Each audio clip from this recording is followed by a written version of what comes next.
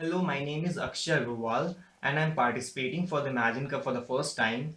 My team members include Kanika Agarwal, Rahul Agarwal, and Manas Deka. With Rahul Agarwal has already been a finalist for the previous year's Imagine Cup for his notification app in the innovation category. With all his experience and all the experience of our team members, we have been developing a game for the entire last year, and we have, along with the game, we have devised made a hardware device for disabled people so that they can use that particular device with this game, and we would be showing you that in the demo later. So now I would be taking you through the problem statement of our game.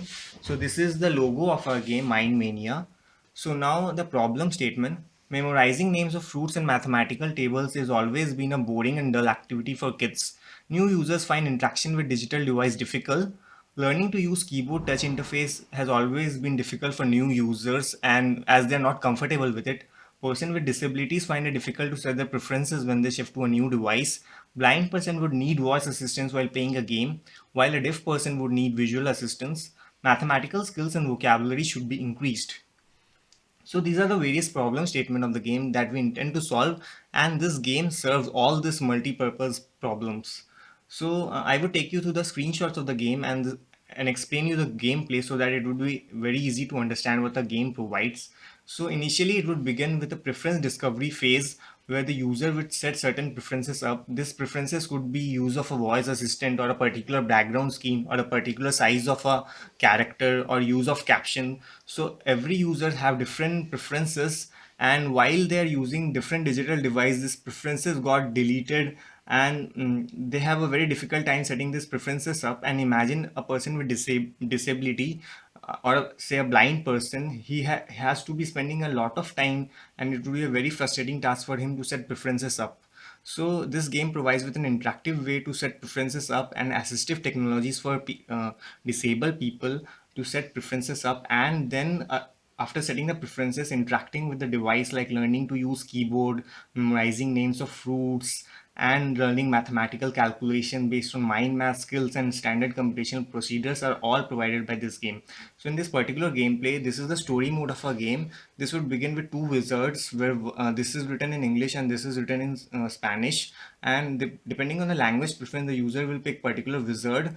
Say I will choose this particular wizard who speaks in English, and then this would help me through the entire game.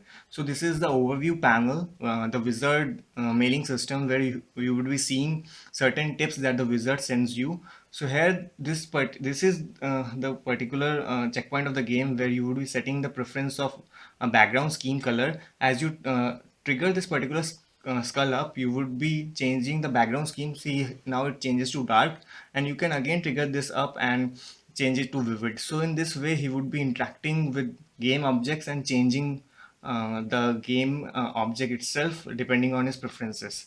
So this is the checkpoint where he would be learning to use touch interface or physical keyboard. So here is a particular mission that is being posed, that is being sent by the wizard, and he would avoid this particular wild plant, and while avoiding this he would have to jump, and that jumping would depend on the touch interface or the physical keyboard, and depending on what the user wishes to use, that would be locked, and the next checkpoints would be based on that particular preference. So if the user locks the touch interface here, the next checkpoints would be based on using a touch interface.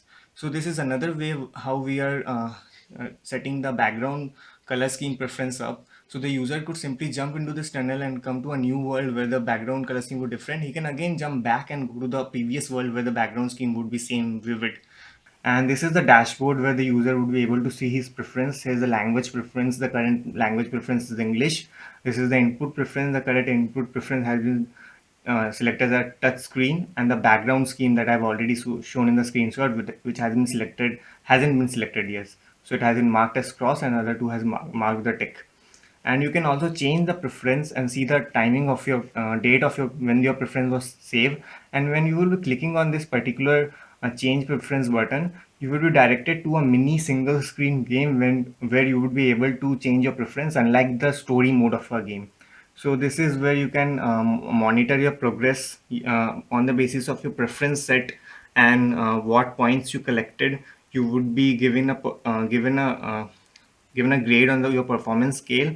So for preference at 4 it is 76, for preference at 3 it is 64, and this way the kid would be able to monitor his progress, or parents and teachers would be able to monitor the kid's progress. So these are targeted customers.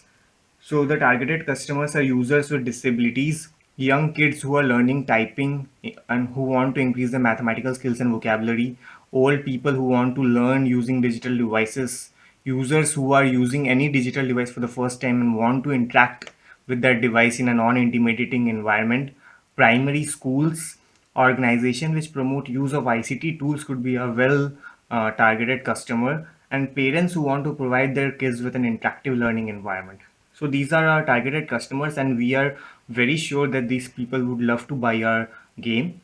And this is a business strategy. That is, the minified version of the game comes for free, containing few levels in all the categories, so that the user can get a feel of all the categories and know about what the game is all about.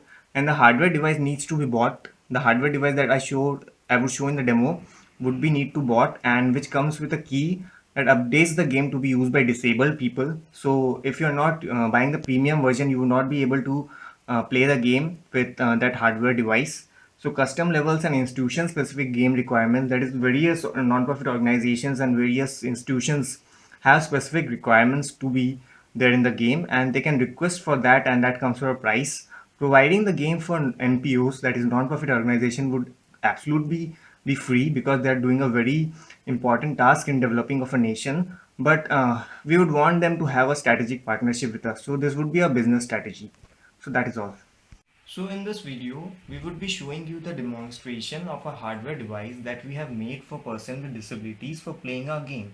So this hardware device is made using chip and using gyroscope and accelerometer sensors, and person with disabilities are supposed to use this particular device for playing our game.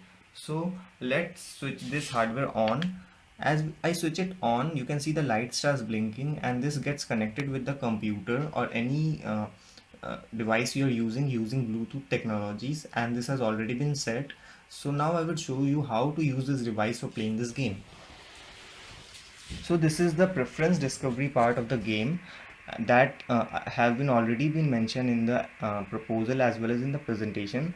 This is the part in which the user is supposed to set his preferences up, and these preferences could be anything like using a voice assistant, or choosing any particular size of the game arts that you're seeing, or it could be seeing of various captions.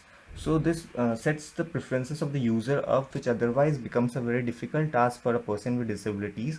But now using a hardware device, this would become very easy. So let me switch the voice on, and as I switch the voice on, you would be seeing that a voice assistant would telling you that what the user is supposed to do. So if it is a blind user, it would be very helpful for him. If yes, type 1. If no, then type 2. So as a blind user is told by the voice assistant that what he needs to do, now he just needs to type 1 or 2, and that is already been provided in the manual that we provide with this hardware device. So I would just do a single tap, and you would see that the bird dropping that block with 1 written. So as you can see, as I do a single tap, the birds drop that particular block, and the tank goes and collects that particular block, and the voice assistant would tell you that what you have done. So this is the demonstration of our video project. So now I will be demonstrating you how a game is supposed to be played with a keyboard. So as you can see in the screen, that birds are coming and they're carrying fruits with it, and the name of that fruit is written beneath it. So as I type the name of that fruit, the bird will drop that particular fruit. Here it is grapes, and that character will go and pick that fruit up. So what this helps in doing is that this helps the user, kids, to memorize the name of the fruit, as well as it helps them in typing practice, and all this were otherwise a dull and boring activity, and now it has become fun and interactive.